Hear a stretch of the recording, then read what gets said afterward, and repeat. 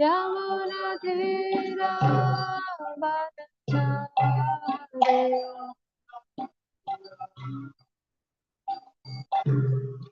Yamuna Tira Vanachare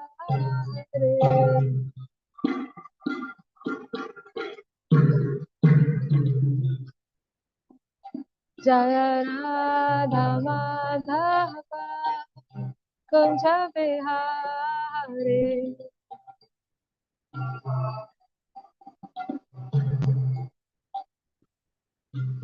Jaya Gopi Janavala Girivaradhari Yashodanandana Vraja Jana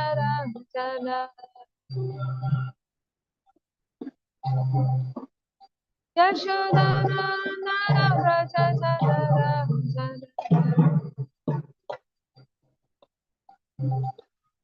Yamuna Tira Vanachare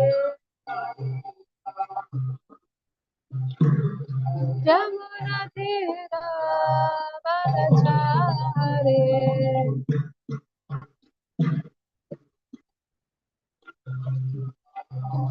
Jaya Radha Madhava Kunja Vihare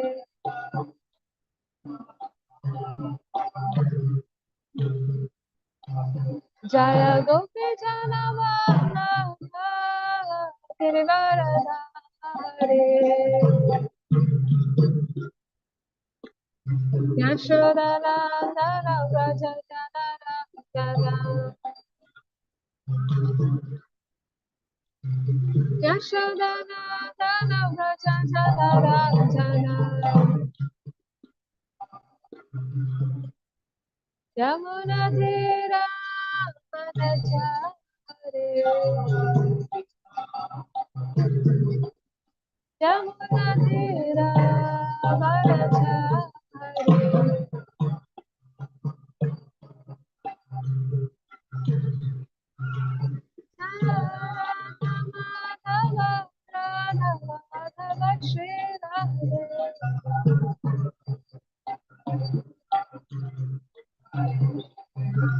Jaya Radha Hare Radha Hare Shri Radha Prabhupada Prabhupada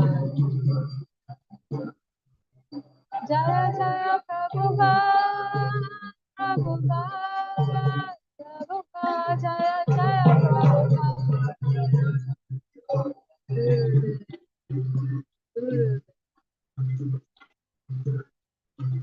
Jaya Jaya Gurudev Gurudev Gurudev Jaya Jaya Gurudev Jaya Vishnupad Paramhamsa Parivajagacharya Ashtottara Shata Shri Shri His Divine Grace A.C. Bhaktivedanta Swami Srila Prabhupada Ki Jai.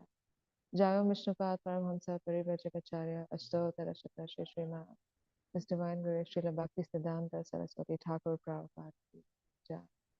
Granthara Srimad Bhagavatam Ki Jai.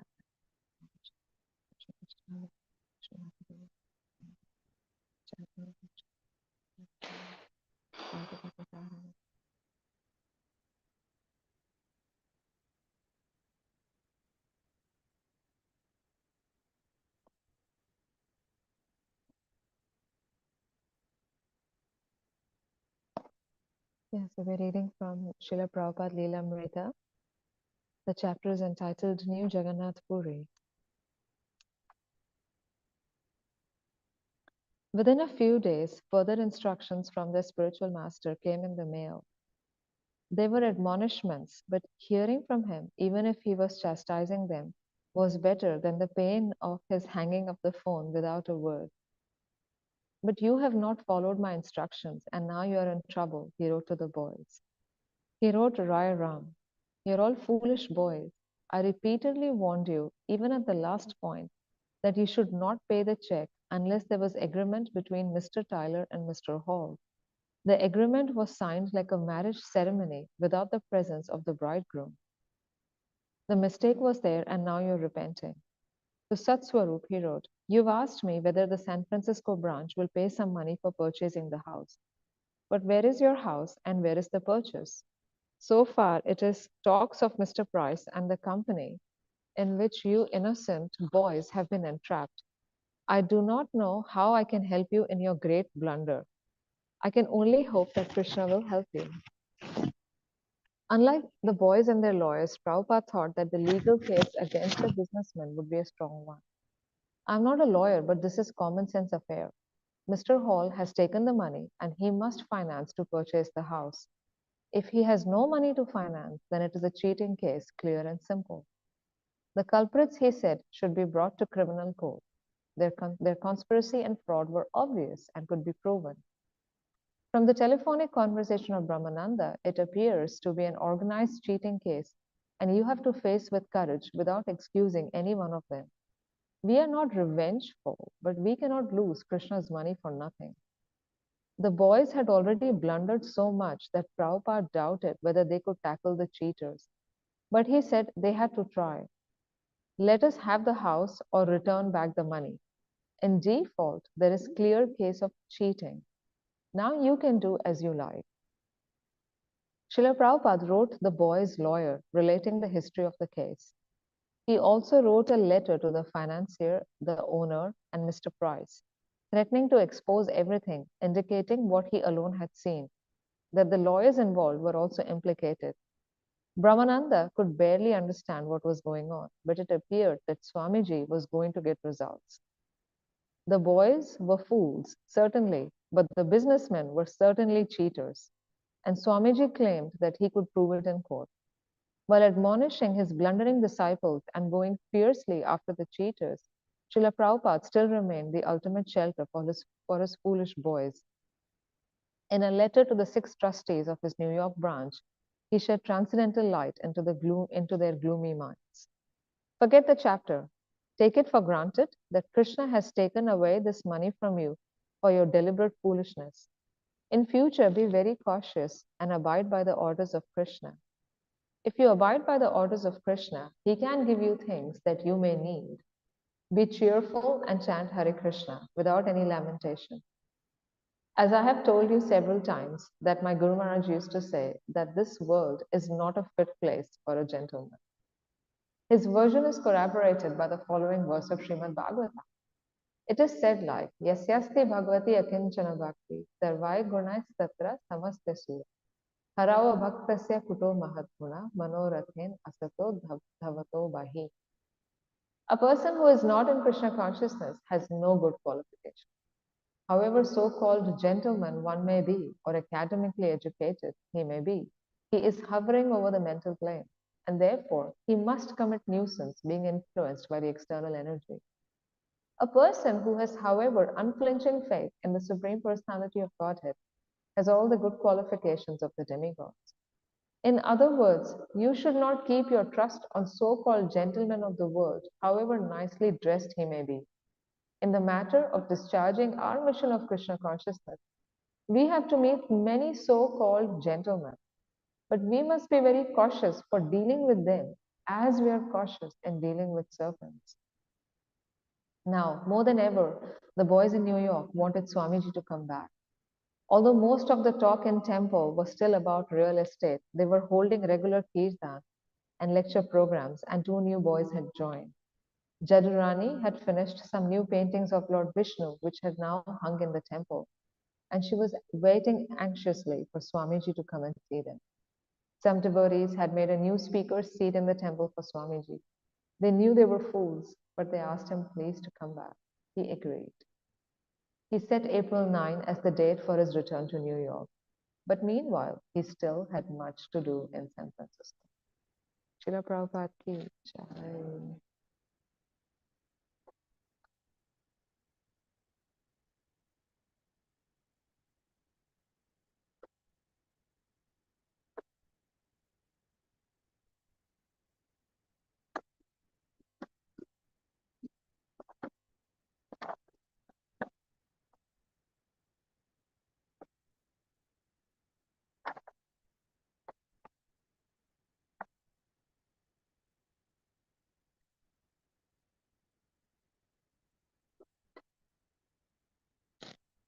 Om Namo Bhagavate Vasudevaya.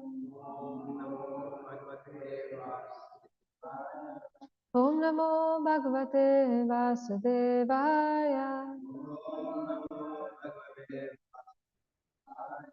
Om Namo Bhagavate Vasudevaya.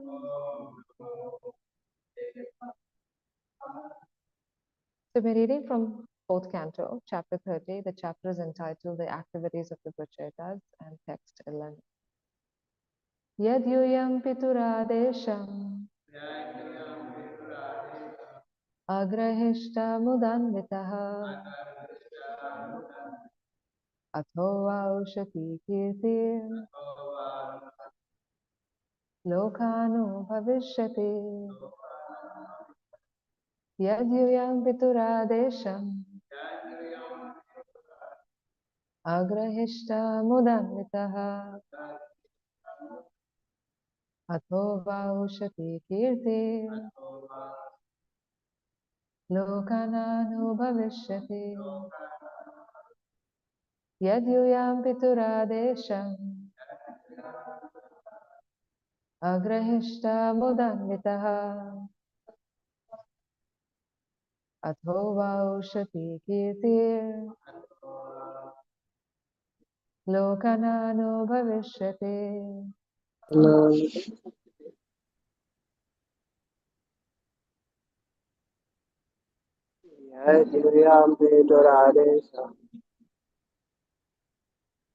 Agrahishtamonanditaha atho vahisati iti lokananu bhavishyati. Yadyunyam pituradesham agrahishtamonanditaha atho vahisati iti lokananu bhavishyati. Kananu bhavishyati.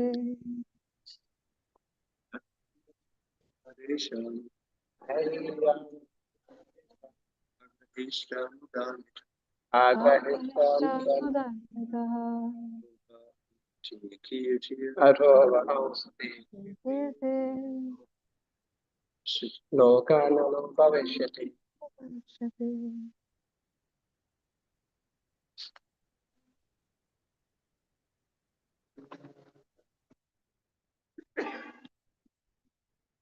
Agrahishtamudanditaha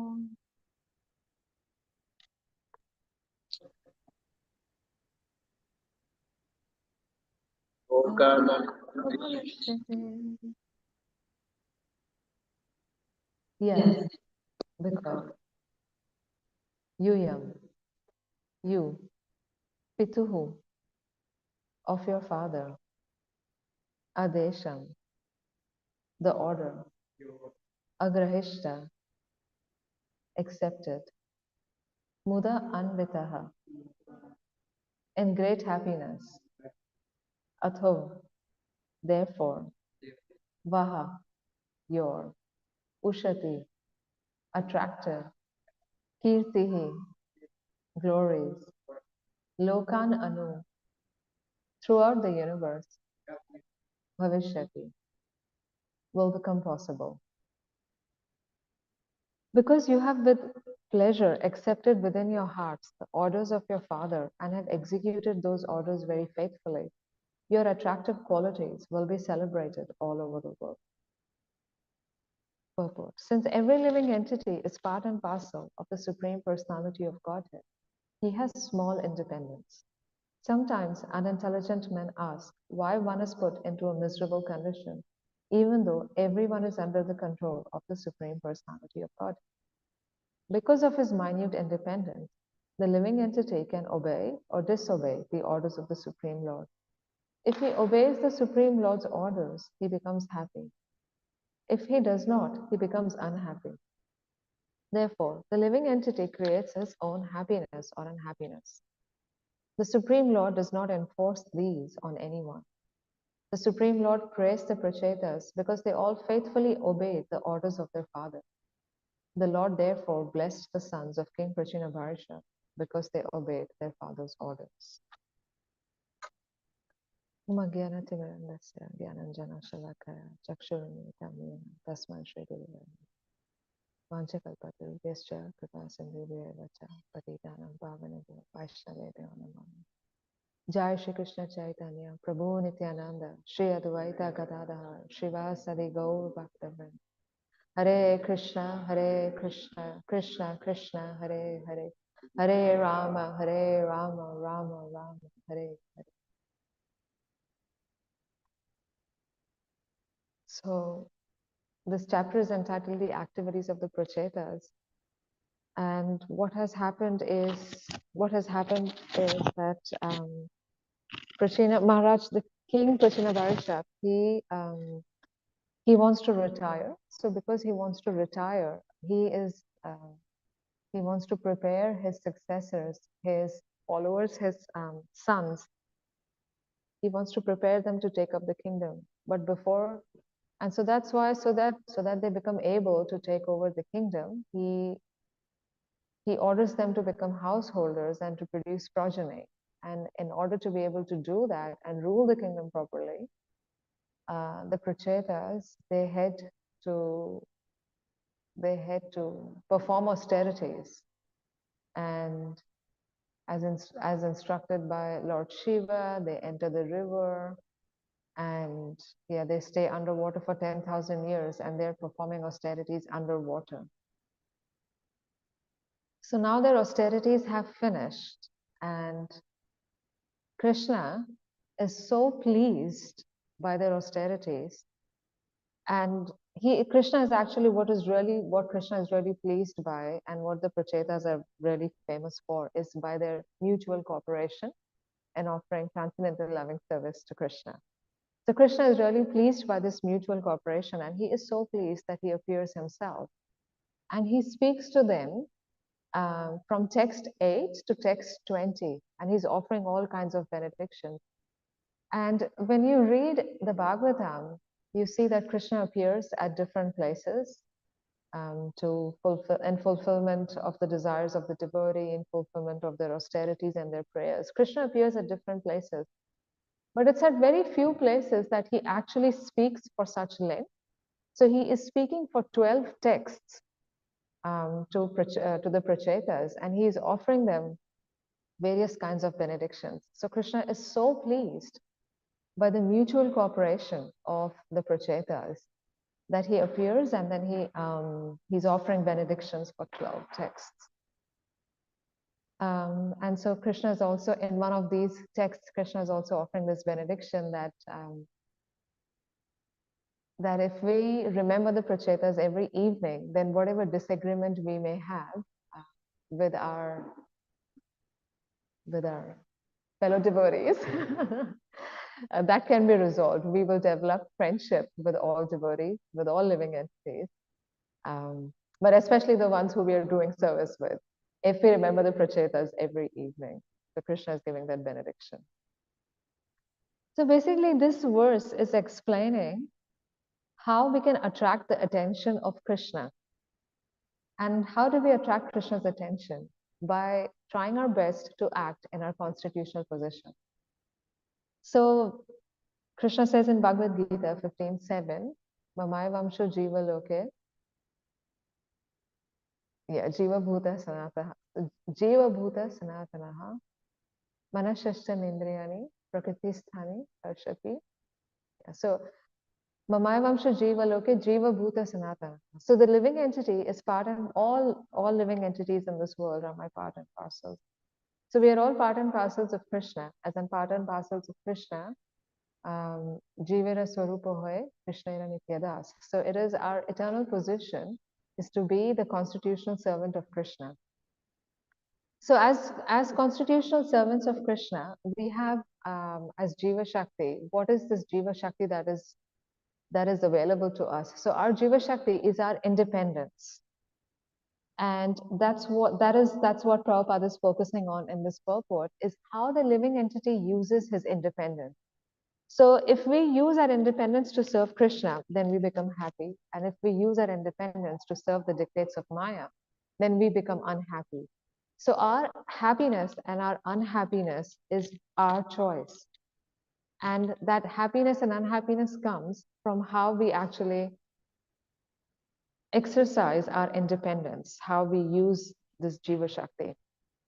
So I'm going to read this translation again, because this translation actually explains the constitutional position of the living entity. Because you have with pleasure accepted within your hearts the orders of your father and have executed those orders very faithfully, your attractive qualities will be celebrated all over the world.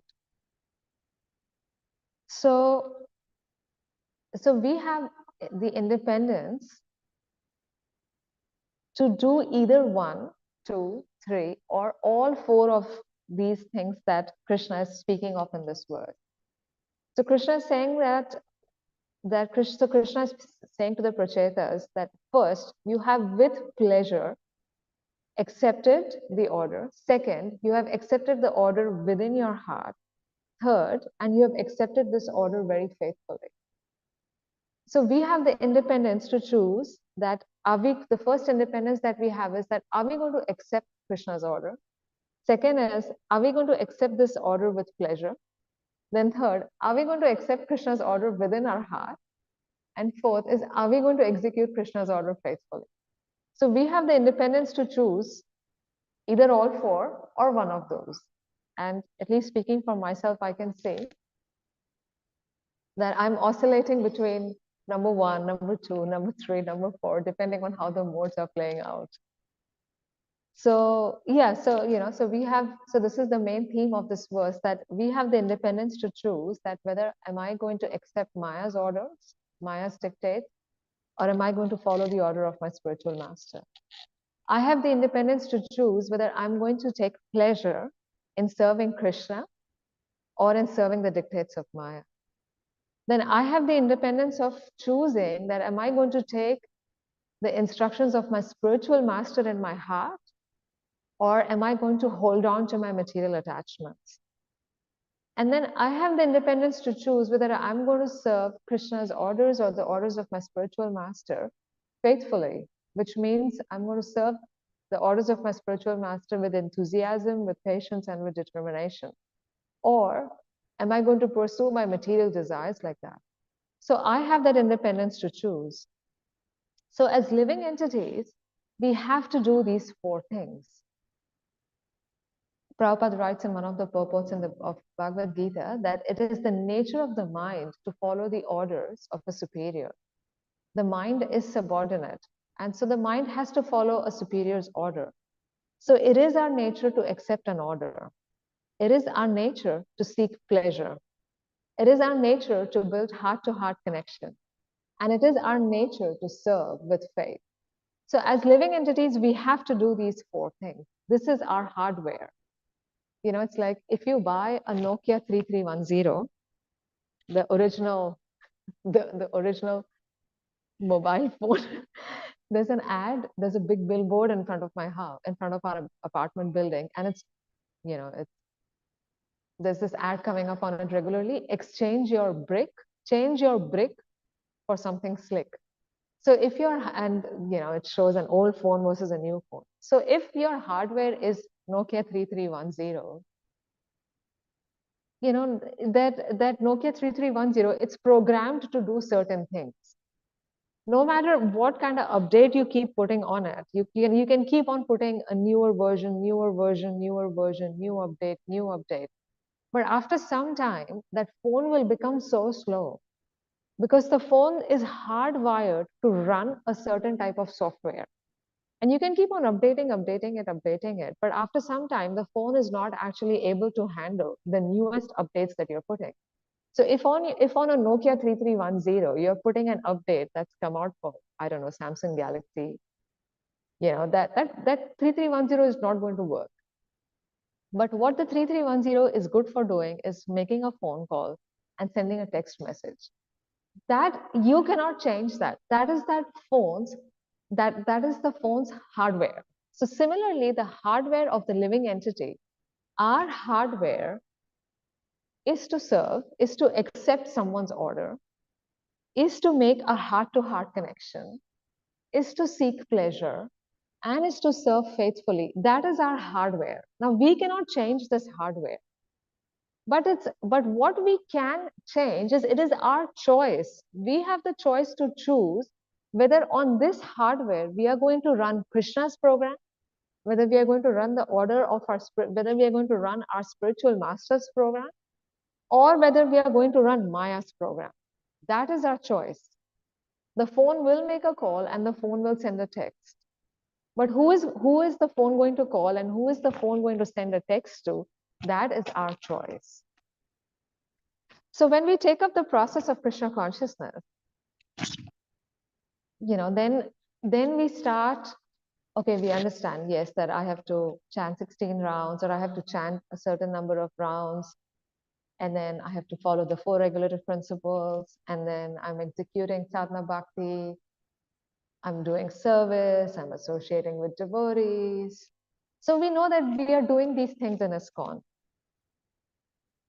But at the same time, while we're doing these things externally, we need to look at the state of our heart, that what is actually happening internally. Because this is what is Lord Vishnu is saying to the Prachetas, that it's not just that they have done these austerities externally, but actually what's the internal dynamics, and that's what Krishna is speaking about in this verse. I just like to briefly talk about these 4 things. So first is accepting orders, second is with pleasure, third is in your heart, and fourth is executing faithfully. So I just like to talk about them a little bit briefly. So first is accepting orders. So we are so fortunate to be in ISKCON, to be in the association of devotees. But since we are all practicing sadhana bhakti and we are endeavoring for perfection, and we are serving in the association of devotees, so Krishna is so kind because Krishna is within our heart, but Krishna speaks to us through the devotees. So we get a lot of feedback, advice, maybe you can do this like this, or maybe, this behavior needs to be changed, or this is a problem, or that's a problem. So we have to introspect that how we are actually receiving this feedback and how we are receiving this advice or how we are receiving these instructions. So the first thing is, are we accepting these orders? Are we accepting this feedback in our life? Are we accepting these instructions? That's the first thing. Am I going to use my independence to accept what the devotees are telling me? So I thought of looking at a couple of examples from Shastra. So the first example that came to my mind was Prithu Maharaj. So in the same canto, in the 4th canto, we see that Prithu Maharaj, he decides, for the pleasure of Lord Krishna, he decides to perform 100 horse sacrifices. And we know Indra has his position because he has successfully performed 100 horse sacrifices. So when Prithu Maharaj is on the 99th sacrifice, and he wants to perform the 100th one, Indra feels really threatened. He feels that he is going to lose his position. So he keeps stealing the horse which is meant for the 100th sacrifice. And so there's a lot of drama that's going on in this section of the Bhagavatam. Prithu Maharaj's son, he is chasing Indra to get the horse back. And there's just one consequence after the other. And Indra doesn't seem to give up. And neither does Prithu Maharaj want to give up, because both of them are pretty set in their determination. And then finally, Lord Brahma, he wants to put an end to this. So Lord Brahma, my spiritual master, he says that Lord Brahma weighs up who is the more Krishna conscious person in this situation.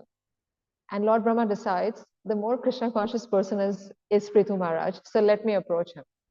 So Lord Brahma approaches Prithu Maharaj and he says that you've already performed 99 sacrifices. It's okay, you can stop now.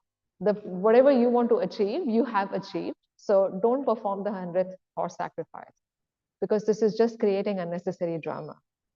And so Prithu Maharaj, being very submissive, even though he was determined to perform 100 horse sacrifices, after hearing from Lord Brahma, he decided to stop.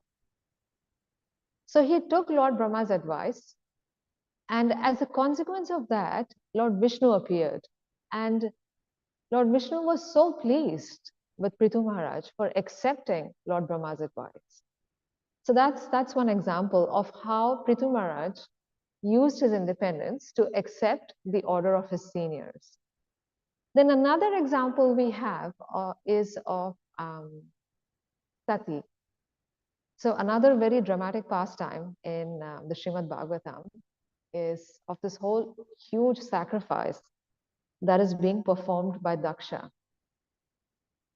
And Daksha does not invite Lord Shiva, but Sati really wants to attend the sacrifice because it's a big social scene and women like to go to social scenes. So Sati really wants to attend the sacrifice and she's having a lot of FOMO. And Lord Shiva tells her that don't go, it's not a good idea. If you go, not listening to what I'm saying, you will be insulted, and that insult will be equal to death. And Lord Shiva is just clearly predicting what's going to happen. But Sati is so determined. Sati is like, I am going.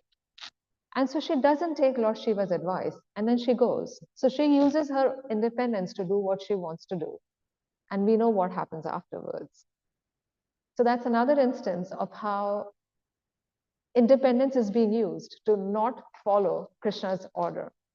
And then another pastime that's there in the Bhagavatam is of, which will come in the sixth canto, is of Maharaj Priyavrata. So Maharaj Priyavrata, he is the son of Swayambhuva Manu. No, who is Maharaj? I think Maharaj Priyavrata is the son of Maharaj.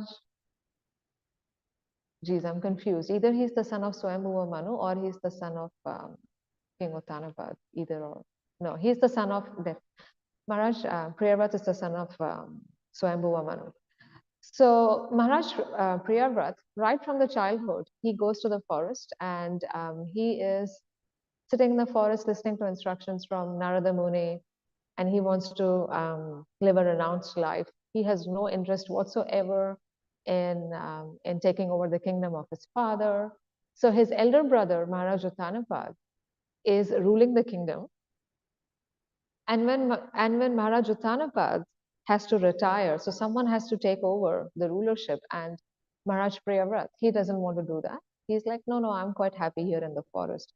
So Swayambhuva Manu is trying to convince Maharaj Priyavrata, and Maharaj Priyavrata is like, no, I'm here, I don't want to do this. Why should I take up material life?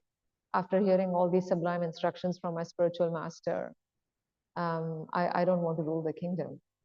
And fair enough, Maharaj Priyavrata is like, I have, my spiritual master's instruction is on one side, my father's instruction is on one side.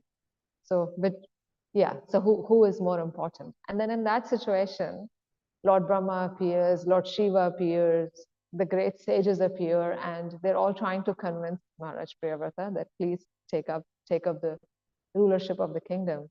And so finally, Maharaj Priyavrata agrees. He does agree, but there was a lot of reluctance there.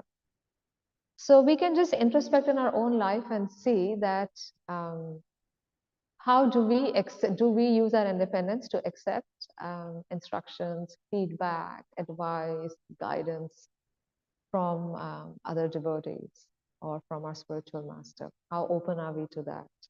Or we just say, yes, Prabhu, yes, you're right. But then we go do our own thing.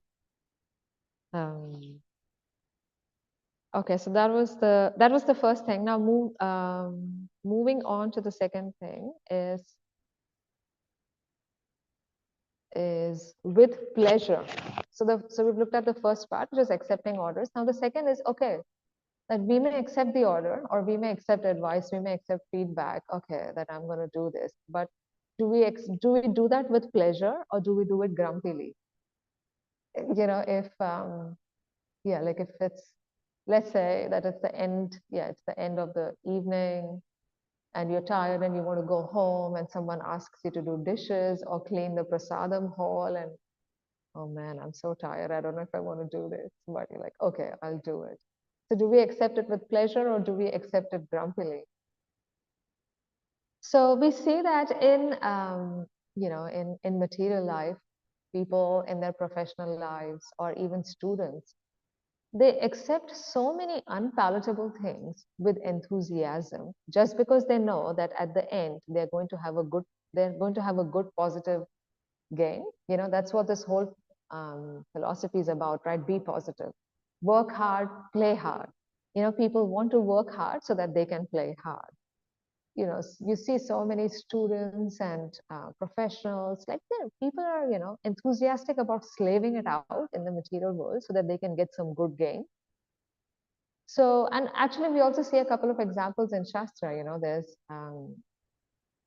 well, actually, Prachetas is one example. They are going under because when they went to do these austerities, their goal was really not to become Krishna conscious. Their goal, they happened to meet Lord Shiva, but their goal was to get ready for family life, to rule the kingdom. Then another example is Dhruva Maharaj. Dhruva Maharaj, he was so enthusiastic about his sadhana, but he wasn't enthusiastic about his sadhana for becoming Krishna conscious. He was super enthusiastic. He was just seeing his sadhana as a means to achieve a kingdom that would be greater than Lord Brahma. But he wasn't complaining, oh, what is this? I have to stop breathing and I only have to have leaves. And yeah. So Dhruva Maharaj was performing so many austerities. Then look at Hiranyakashipu performing so many austerities for material gains, and they're doing it happily. So we can also think about, that the services that we are doing, have we accepted, are we accepting instructions, guidance, feedback with pleasure? Or is it grumpily, that, oh, this devotee asked me to do this and they are my senior, so I guess I'm just going to do it, you know, even though I don't want to do it, but if I don't do it, then what will everyone think of me? So I'm just going to do it. No, we should, so yes, some introspection, if we can do some introspection, that if karmis can be so happy and enthusiastic, then maybe I can also be a little enthusiastic about my devotional service. Then the third part is what Krishna says to the Prachetas is that because you have with pleasure accepted within your hearts. So now here's the difference between a devotee and a non-devotee. That a non-devotee may accept austerities with a lot of pleasure, but in their heart will be their own enjoyment. What will be in their heart? Themselves. My enjoyment, and yeah, and the enjoyment of those who are all connected to my body.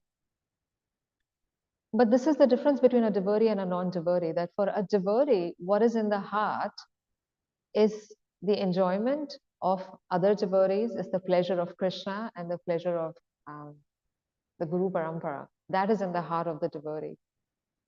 So this is also some introspection that we can do as we're doing our service, that actually, why am I doing this service? Is this service for the pleasure of Krishna? Is this service for the pleasure of other devotees, for the pleasure of my spiritual master? Who am I doing this service for? Yeah, is it for my own gain? So for non-devotees, what they're doing is a means to an end. But for the devotee, the means itself is the end. For the devotee, the order itself is everything. Because for the devotee, the order of the spiritual master is non-different from Krishna. So for the devotee, the order that's coming is worshipable. But for the non-devotee, what is worshipable is their own enjoyment, is their own self-benefit. But for the devotee, what is worshipable is the order. And that's what Krishna is saying to the Prachetas, that you have accepted these orders within your heart.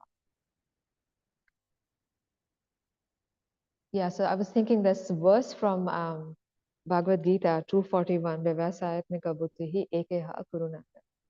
Is that for the devotee, this order becomes everything. Prabhupada writes that how he was so inspired by Vishwanath Chakravarti Thakur's commentary on that verse, that the orders of the spiritual master become the life and soul of the devotee. And that is also the secret to spiritual service. So another angle on this is that how do we actually see whether I've accepted the orders, instructions, or guidance that's coming to me from the devotees in my heart? How do we see that? How do I see that am I actually making a heart-to-heart connection with my service? So what does it actually mean to make a heart-to-heart connection? So when we are doing our service, anything that we are doing, when we are chanting Hare Krishna, when we are reading Shastra, when we are associating with devotees, when we are doing our service, it means to have a mood of the mood of a beggar. That actually, Krishna, please give me your mercy so that I'm able to associate with the devotees, so that I'm able to appreciate their glory, so that I'm able to be inspired in my Krishna consciousness from these devotees, so that I'm able to do something to serve them. When we are reading Shastra, Krishna, please allow me to absorb myself in the words of what Srila Prabhupada is saying. Please allow me to absorb his mood. Please allow me to capture this urgency. Please allow this urgency to infiltrate my heart. Please let these words sink deep into my consciousness and transform my consciousness. Whatever service we're doing, it's so important to have this mood of begging that Krishna, please let me do this service in a way that is pleasing to you, in a way that is pleasing to the spiritual master. I'm begging you for the intelligence. Please give me some intelligence on how to perform this service in a way that will be pleasing. I'm so tiny and I'm so insignificant. What can I actually do to please you? But Krishna, I'm really begging for your mercy. That please accept this humble offering. Because everything else that we're doing is external. Anyone else can do it. But what really differentiates a devotee from a non-devotee is the status of the heart. Is that Krishna, please allow me to do this service. Please allow me some service that I'm begging you. So to be in this state constantly is a state of perfection, is a state of constant dependence on Krishna. So in sadhana bhakti, we aspire for that. That even, that maybe that even if I'm reading for 2 hours, if for 5 minutes I can be in that state of dependence, that Krishna, please let me depend on you and not on my own material skills. When I'm doing a service, I have to ask myself that what am I relying on here? Am I relying on my skills, my intelligence, my abilities, my connections, my phone, my devices? What am I relying on to do this service? Am I making a heart-to-heart connection with my spiritual master? Am I begging for the mercy of my spiritual master? That please empower me when I'm taking darshan of the deities. Who am I praying to? What's going on in the heart? So this is what it actually means to, to have a heart-to-heart connection with our service. And then the last part is to execute these orders very faithfully. Is that we have ups and downs in our life, things that's what material life is, going up and down. But no matter what's going on, we stick to it. And actually, if we have the first three in place, then the fourth one will happen automatically. But in the stage of sadhana bhakti, it takes time for the second and third to come. So we'd at least try our best to do the first and fourth, which is we use our independence to accept Krishna's orders, to accept the orders of the devotee, and we execute them faithfully. And then when we try to do this in a mood of dependence, then naturally Krishna helps us to do this with pleasure and to accept it in our. So this is also the meaning of actually, of accepting the orders of the spiritual master in the heart. This is also the meaning of initiation. This is actually the meaning of accepting a guru, that actually what you're saying, I accept that in my heart and I allow that to transform me.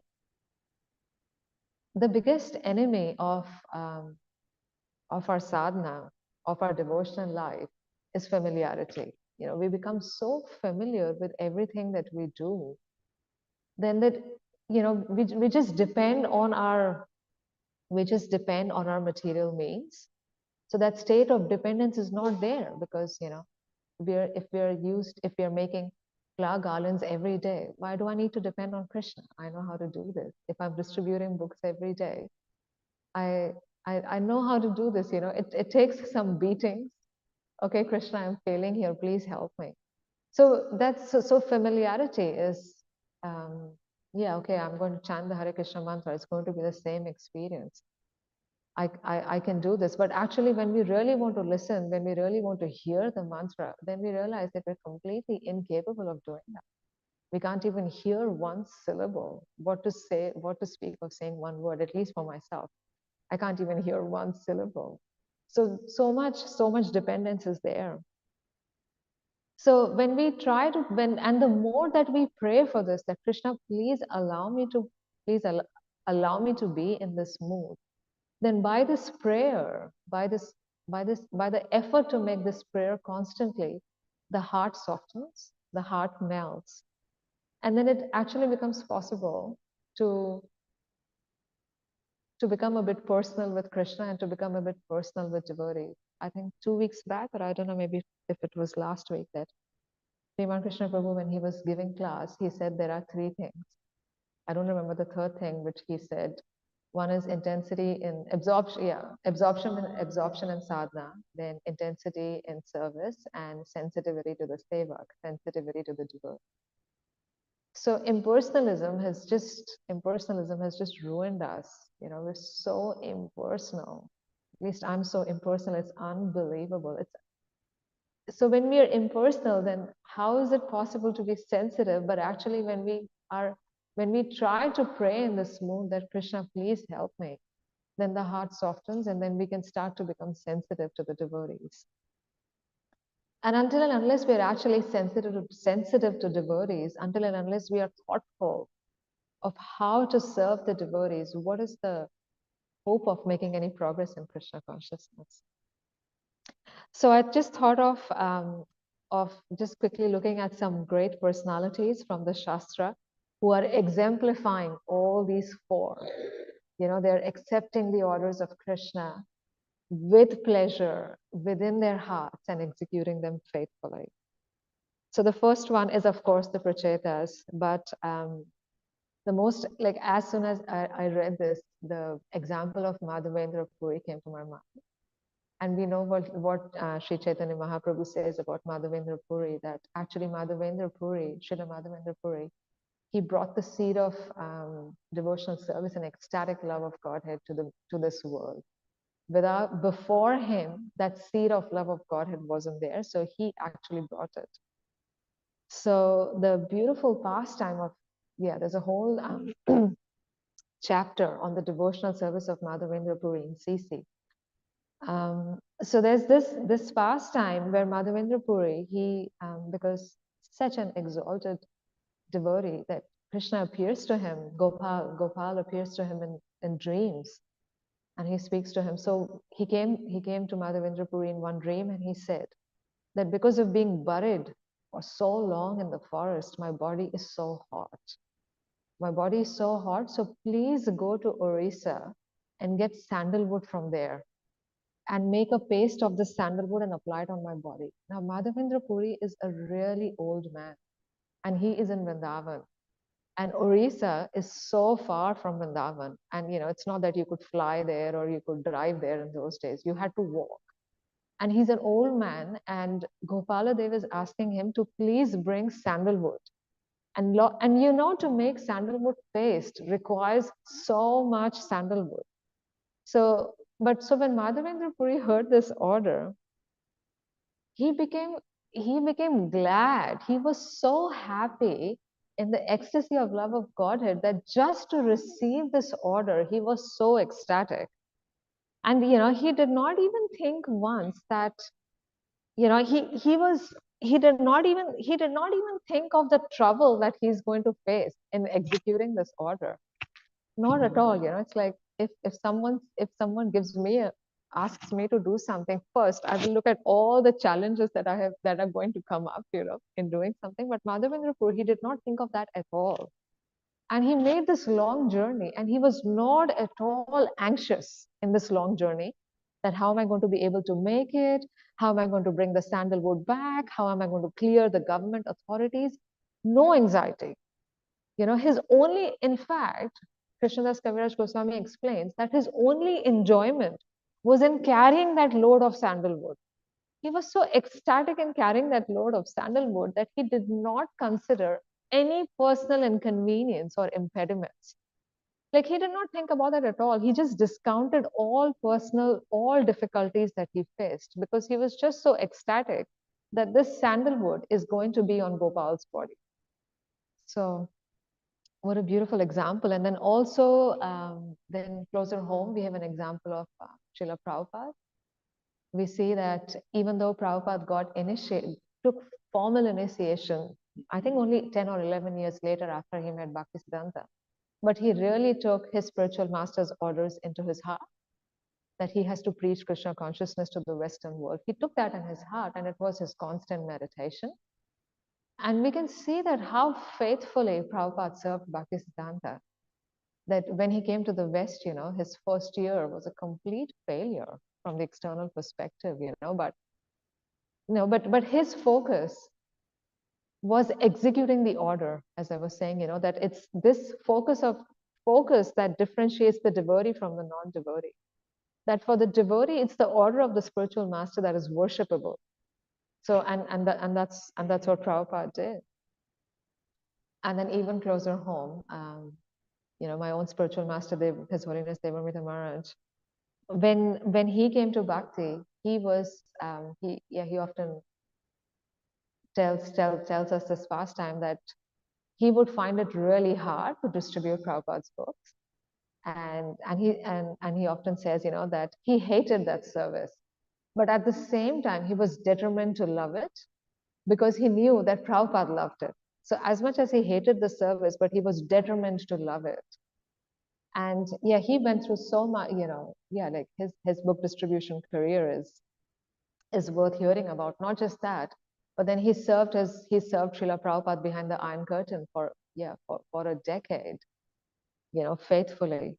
Because he knew what is it that his spiritual master wanted. He wanted Krishna consciousness to be preached. And so finally, Krishna says at the end that because he says to the Prachetas, because you have done these four, your attractive qualities will be celebrated all over the world. So, this is actually these four qualities, they're really the jewels of a submissive devotee. Now, in the material world, you don't celebrate someone who's submissive. Someone who's the opposite is celebrated, someone who wants to lord it over. But but in the spiritual realm, it's submissiveness, heartful submissiveness that is really celebrated. Yeah, I think that's so I think as I was saying that it's quite to be able to do all these four is the stage of perfection, but we aspire for that, and as much as possible we pray for Krishna's mercy, that Krishna please. But at the same time, it's important to be aware of the standard. And yeah, externally, while we're externally doing our services, it's important to be aware of what are the internal dynamics of a devotee. So that's why I thought it would be of talking about this. Okay, thank you so much. Does anyone? Hare Krishna.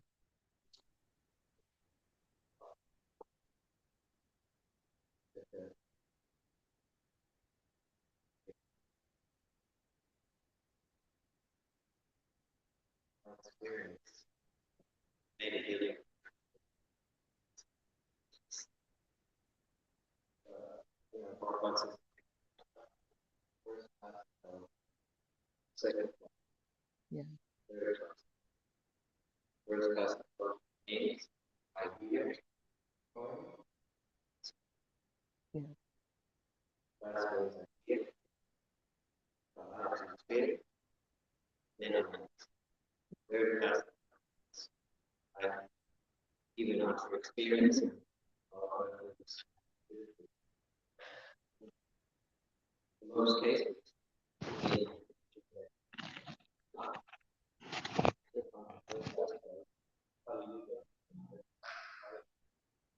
So, in your experience,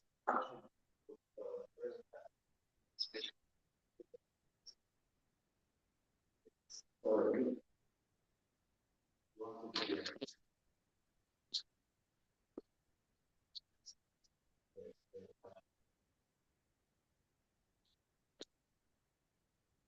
What do you think?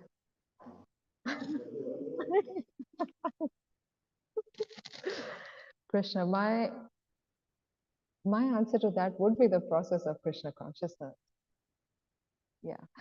I remember I asked Guru Maharaj this question. I can't remember the exact question, but it was to these lines, and he answered. He said that some people get it straight away. That actually I'm here in bhakti. I'm following the process of Krishna consciousness and the main philosophy here is that I have to become a servant. That I have to become a servant of the devotees and have to follow the order of my spiritual master. That some people get it straight away. And for some people, it may take a whole lifetime. So that is the process of Krishna consciousness. The process of Krishna consciousness is Chetodarpana Marjana. It's the purification of our intelligence. So I was listening to this. I attended this seminar series by Burijan Prabhu and Jagatrini Mataji, and what she was saying, she gave a really nice example. She was saying, that when we are at school, we learn to play this game. I think it's called as hopscotch, where you throw a stone and then you jump like one and then two and then like that. So similarly, bhakti is, yeah. So she was saying bhakti is like that, is that we come and then first we learn to do all the physical, the external things. But then after some time, you realize that actually while I'm doing these physical things, what is the mood in which I'm going to be doing them? So it just takes time and a lot of beating.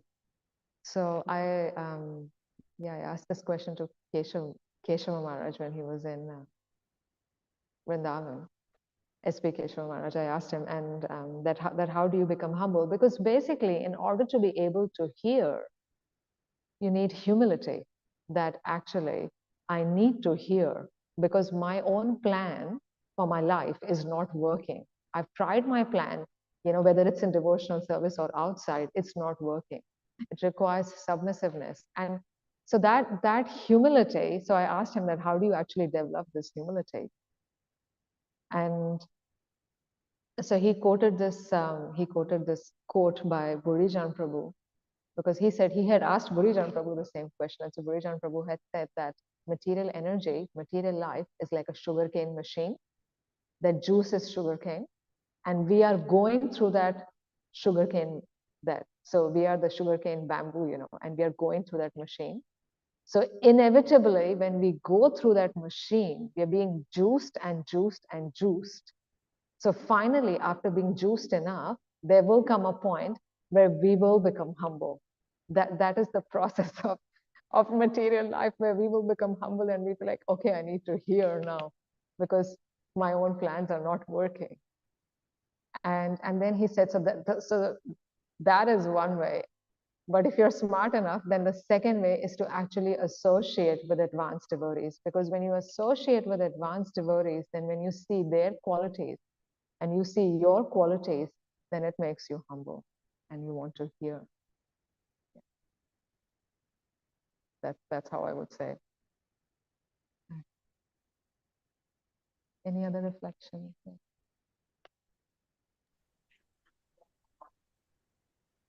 Sorry, more description about the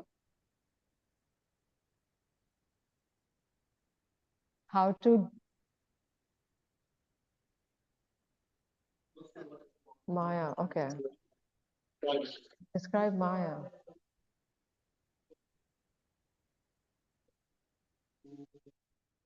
Okay, that's a really good question, because so our mind is an instrument of Maya. So until we become completely purified, whatever our mind says is Maya. This is what Prabhupada said, that we are always in Maya. It's just maybe, for 1 minute a day, we might be in Krishna consciousness. So whatever our mind says is Maya. That you should just know. So anything that is outside of Krishna consciousness. So for example, the instructions that are, when you know that you're in a safe position, when you are following the instructions that are given by devotees, that are given by the spiritual master. So, for example, coming to the temple, chanting rounds, doing devotional service. When your mind asks you to do these things, that is not Maya. And when your mind says, maybe, and then actually it requires discrimination, but the guiding principle is that we should not rely on our own discrimination to be able to distinguish between what is Maya and what is not. If we think that I am intelligent enough to be able to discriminate that this is Maya and this is not, then we will get fooled because Maya is very strong. So that's why we need to have a very strong association of devotees. So any decision that you want to make in your life that you feel will change your life in a certain way, that decision should always be acted upon by consulting with devotees. So for example, big decisions in your life, like what am I going to study? What job am I going to do? Should I move here? This change in my schedule, that change in my schedule, this person that I'm going to marry, or this or that. These things, they can really affect our life in a big way. So all these decisions, they should be done in guidance with devotees. Like for example, Maharaj Priyavrat, he did not want to take up rulership because he was thinking about himself. But actually, when he took like we either underestimate or overestimate our own abilities, and we are not able to see the bigger picture because we are so caught up in our own bubble. So we need someone who is external to our bubble to be able to come and guide us to look appropriately. Look, if you do this, this is where you're going to end up. And that's what comes to his question that he was saying, that it requires humility to actually be able to accept that. Yeah. So we need a strong association of devotees. So when we see devotees around us and when we see how they act, then we can know whether I am in Maya or not. So whenever in doubt, ask a devotee, is this Maya or not? Yeah. Like for example, okay, I'm walking on the street, I'm getting hungry. Let me walk into a samosa shop and buy a samosa and eat. That is Maya, because the mind becomes wicked when we eat things that are not cooked by devotees. So similarly, okay, I'm scrolling on my phone. It is getting past 9 p.m., getting past 10 p.m.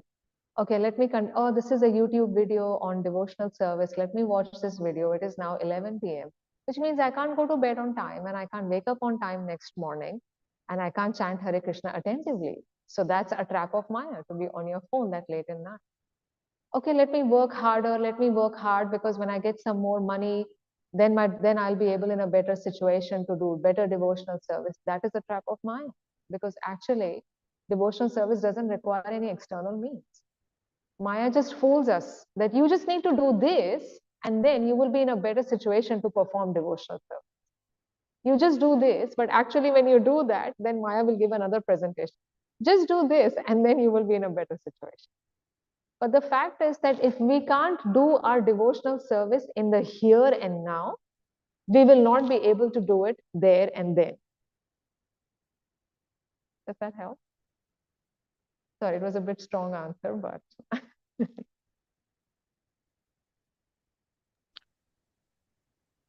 is Maya. Yeah.